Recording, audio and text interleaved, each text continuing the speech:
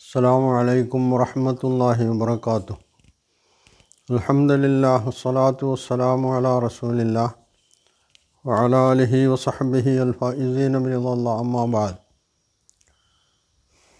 സഹോദരങ്ങളെ, അബൂ സുഫിയാൻ വ്യാജ സഹാബി. ഇതാണ് സി.എച്ച്. മുസ്തഫയുടെ ഖുതുബയുടെ പൊരുൾ. അതിനു മുമ്പ് നിരത്തുന്ന തെളിവുകളെന്നൊക്കെയാണ്. ഒരു മനുഷ്യൻ അസംബന്ധങ്ങളും വിഡ്ഢിത്തങ്ങളും മാത്രമേ പറയൂ എന്ന് വ്രതമെടുത്തു കഴിഞ്ഞാൽ പിന്നെ ഒരു നിർവാഹമില്ല.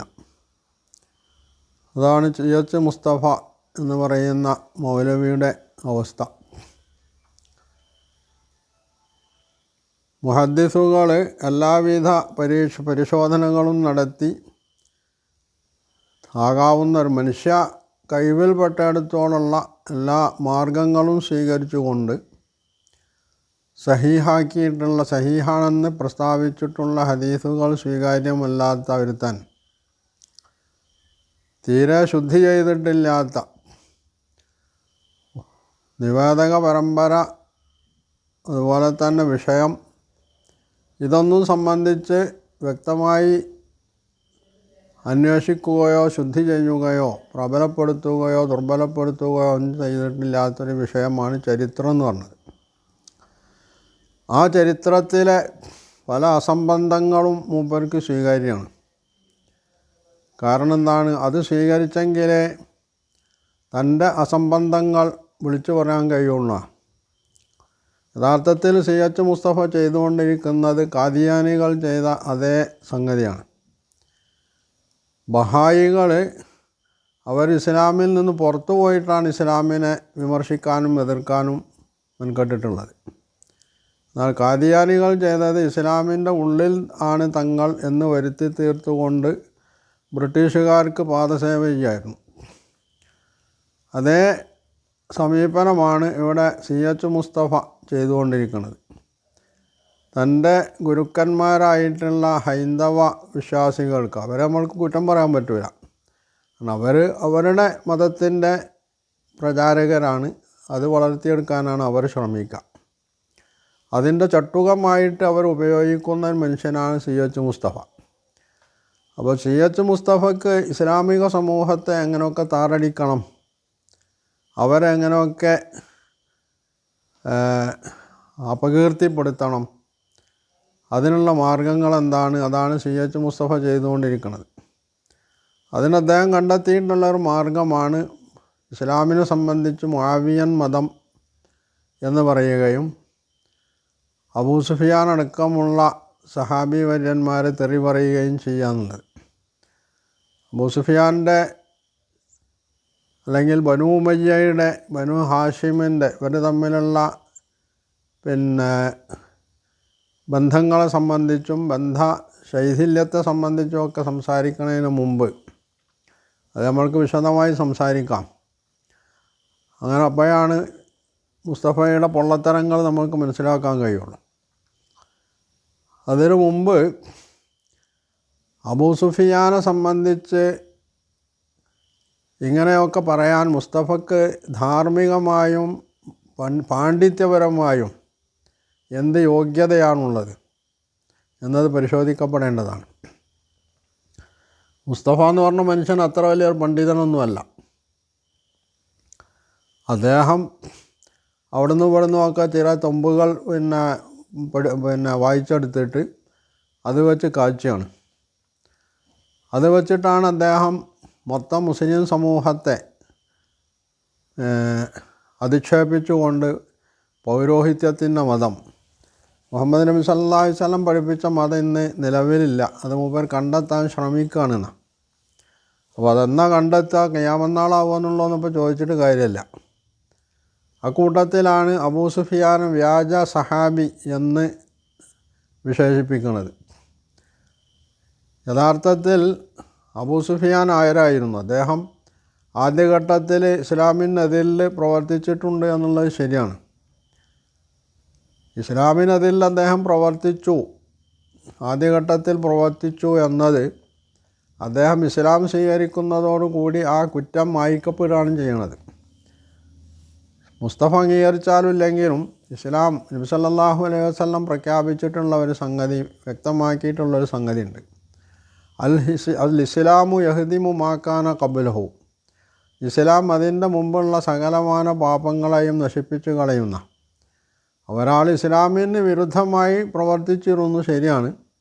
അത് എല്ലാ കാലത്തും അങ്ങനെയുള്ള ആളുകളുണ്ടായിട്ടുണ്ട്. പിന്നീട് അവർ ഇസ്ലാമിലേക്ക് വന്നാലും അവരുടെ ഈ കുറ്റം നിലനിൽക്കുമോ അല്ലേ, അതാണ് പരിശോധിക്കപ്പെടേണ്ടത്. കാൾ മാർക്സ്, എംഗൽസ്, അതുപോലെ ഗാന്ധിജി, നെൽസൺ മണ്ടേല പോലുള്ളവരൊക്കെ സ്വർഗത്തിൽ കടത്താൻ ശ്രമിക്കുന്ന മുസ്തഫക്ക് അബൂ സുഫിയാൻ ആ സ്വർഗത്തിൻ്റെ ഏതെങ്കിലും ഒരു ഭാഗത്ത് കയറിപ്പറ്റി എന്നതുകൊണ്ട് എന്ത് നഷ്ടമാണ് വരാനുള്ളത്?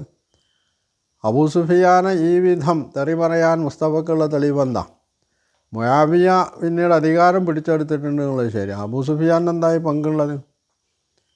അബൂ സുഫിയാൻ മുആവിയ അധികാരം പിടിച്ചെടുക്കുന്നതിന് മുമ്പ് അബൂ സുഫിയാൻ ഈ ലോകത്തോട് വിട പറഞ്ഞിട്ടുണ്ട്.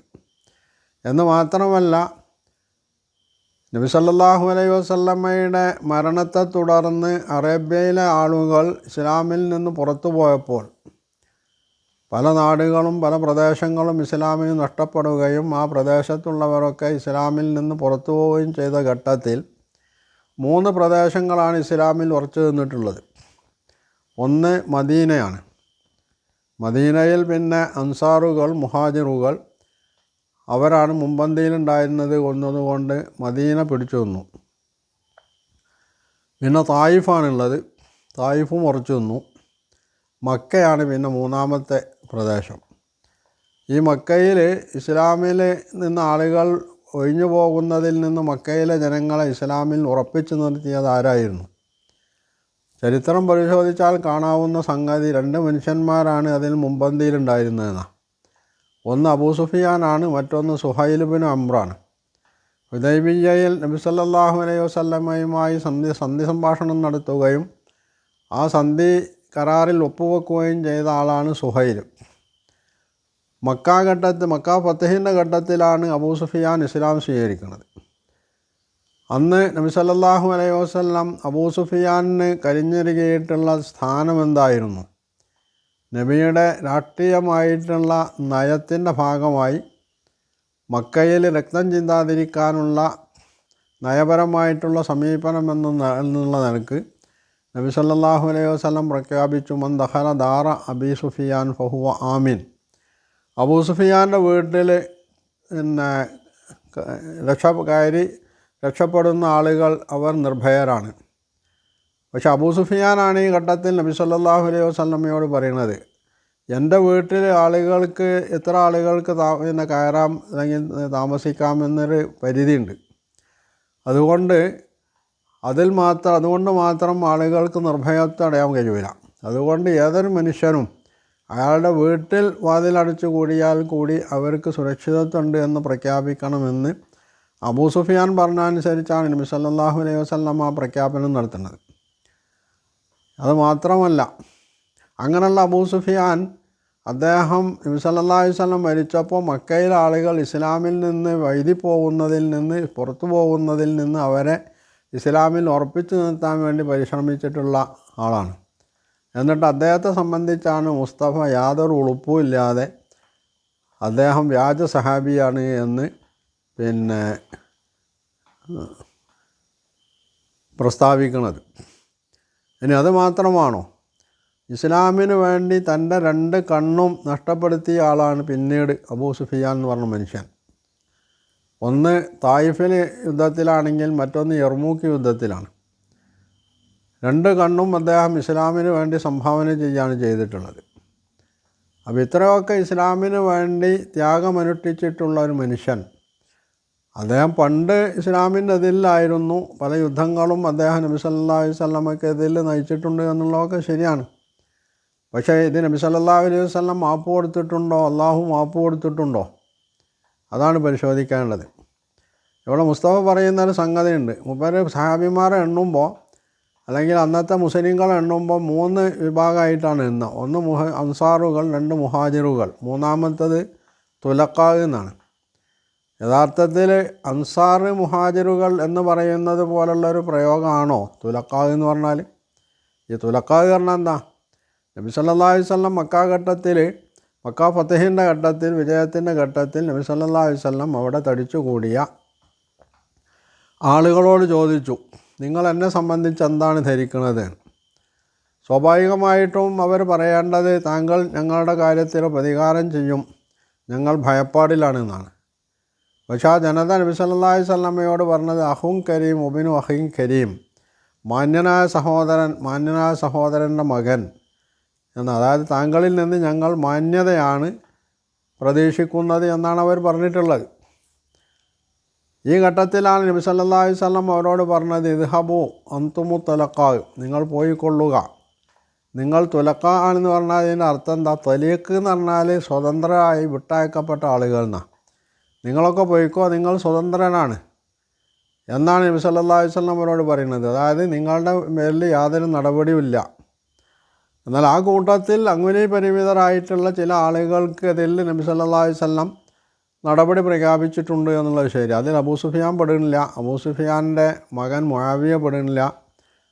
എന്ന് മാത്രമല്ല, നബി സല്ലല്ലാഹു അലൈഹി വസല്ലമയുടെ പിതൃവ്യനായിരുന്ന ഹാരിസ് ബിൻ അബ്ദുൽ മുത്തലിബിൻ്റെ മകൻ അബൂ സുഫിയാൻ എന്ന് പറഞ്ഞൊരു മനുഷ്യനുണ്ടായിരുന്നു. അയാളെപ്പോലും കൊല്ലാനാണ് നബി സല്ലല്ലാഹു അലൈഹി വസല്ലമ ഉത്തരവ് പുറപ്പെടുവിച്ചിട്ടുള്ളത്. അപ്പോൾ ഇവിടെ ബനൂ ഹാഷിം അല്ലെങ്കിൽ ബനൂ ഉമയ്യ എന്നുള്ള യാതൊരു ദ്വന്ദ്വവും ഇസ്ലാം അന്നും കൽപ്പിച്ചിട്ടില്ല, ഒരു കാലത്തും കൽപ്പിച്ചിട്ടില്ല. പിന്നുള്ളത് ബനൂ ഉമയ്യയും ബനൂ ഹാഷിമും തമ്മിൽ ശത്രുതയിലായിരുന്നു. ഇതും തനി അസംബന്ധവും വിഡ്ഢിത്തവുമാണ്.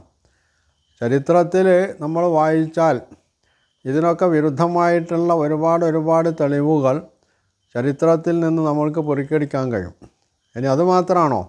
നബി സല്ലല്ലാഹു അലൈഹി വസല്ലമയെ എതിർത്തിരുന്നവരിൽ ബനൂ ഉമയ്യയിൽ ആളുകൾ മാത്രമാണ് ഉണ്ടായിരുന്നത്. ബനൂ ഹാഷിമിലുള്ള എല്ലാവരും നബി സല്ലല്ലാഹു അലൈഹി വസല്ലമയെ അനുകൂലിക്കുകയും നബിയിൽ വിശ്വസിക്കുകയും നബിയെ പിന്തുണയ്ക്കുകയും ചെയ്തിട്ടുണ്ടായിരുന്നു. അബൂ താലിബും അദ്ദേഹത്തോടൊപ്പം കുറച്ച് ആളുകളും നബി സല്ലല്ലാഹു അലൈഹി വസല്ലമയെ പിന്തുണച്ചിരുന്നു എന്നുള്ളത് ശരിയാണ്. അതേ അബൂ താലിബിൻ്റെ തന്നെ സഹോദരനാണ് അബൂ ലഹബ് നബി സല്ലല്ലാഹു അലൈഹി വസല്ലമയുടെ ബദ്ധശത്രുവായിട്ടാണ് രംഗത്ത് വന്നിട്ടുള്ളത്. ഷൈബ് അബൂ താലിബിനെ 3 വർഷക്കാലത്തെ ഉപരോധത്തിൽ പോലും അബൂ ലഹബ് ഉണ്ടായിരുന്നത് മറ്റുള്ളവരുടെ പക്ഷത്തായിരുന്നു. എന്ന് പറഞ്ഞാൽ ഈ ശത്രുതയിൽ ബനൂ ഉമയ്യ ബനൂ ഹാഷിം എന്നുള്ള വ്യത്യാസമൊന്നുമില്ല. അവർ എല്ലാവരും തന്നെ നബി സല്ലല്ലാഹു അലൈഹി വസല്ലമയുടെ പ്രബോധനം ഇസ്ലാമിന് ഇഷ്ടപ്പെടാത്ത ആളുകൾ, അതിനെ തീർക്കാൻ ശ്രമിച്ചിട്ടുള്ള ആളുകൾ 2 കൂട്ടത്തിലുണ്ട്. എന്നാൽ അതേ അവസരം തന്നെ നബി സല്ലല്ലാഹു അലൈഹി വസല്ലമയുടെ പക്ഷത്ത് ചേരുകയും ഇസ്ലാം സ്വീകരിക്കുകയും ഇസ്ലാമിന് വേണ്ടി പണിയെടുക്കുകയും ചെയ്ത ആളുകളും 2 വശത്തുണ്ടെന്നുള്ളതാണ്. അതുപോലെ തന്നെയാണ് ബനൂ ഉമയ്യക്കാർ ബനൂ ഹാഷിമുകളുടെ സ്ഥലം പിടിച്ചെടുക്കുമായിരുന്നു, കച്ചവട സാധനങ്ങൾ പിടിച്ചെടുക്കുമായിരുന്നു, അവരെ വഷളാക്കാൻ അപകീർത്തിപ്പെടുത്താൻ ശ്രമിക്കുമായിരുന്നു എന്നൊക്കെയുള്ള തനി വങ്കത്തങ്ങൾ മുസ്തഫ വിളമ്പുന്നത്. ഇവരൊക്കെ ഈ കച്ചവടത്തിൽ പങ്കാളികളായിരുന്നു മാത്രമല്ല, അവിടെ അബ്ദുൽ മുത്തലിബിൻ്റെ ഒക്കെ നേതൃത്വത്തിൽ ഈ ബനൂ ഉമയ്യയും ബനൂ ഹാഷിമും അവിടെയുള്ള എല്ലാ കുടുംബങ്ങളും കൂടിച്ചേർന്നിട്ടാണ് അവിടുത്തെ കാര്യങ്ങളൊക്കെ ആലോചിക്കുകയും പരിഹാരങ്ങൾ നിർദ്ദേശിക്കുകയും അതുപോലെ തന്നെ കാര്യങ്ങൾ കൈയാളുകയും ചെയ്തിരുന്നത് എന്നതാണ് ചരിത്ര വസ്തുത. ഇതൊക്കെ തള്ളിക്കളഞ്ഞുകൊണ്ട് നിരാകരിച്ചുകൊണ്ടാണ് മുസ്തഫ അബൂ സുഫിയാനെ കുരിശിലേറ്റാൻ ശ്രമിക്കുന്നത് എന്നതാണ് വസ്തുത. അപ്പോൾ ഈ വസ്തുത, ഈ ചരിത്രപരമായിട്ടുള്ള സംഗതികളിലേക്ക് ഇൻഷാ അല്ലാഹ് നമുക്ക് പിന്നീട് വരാം.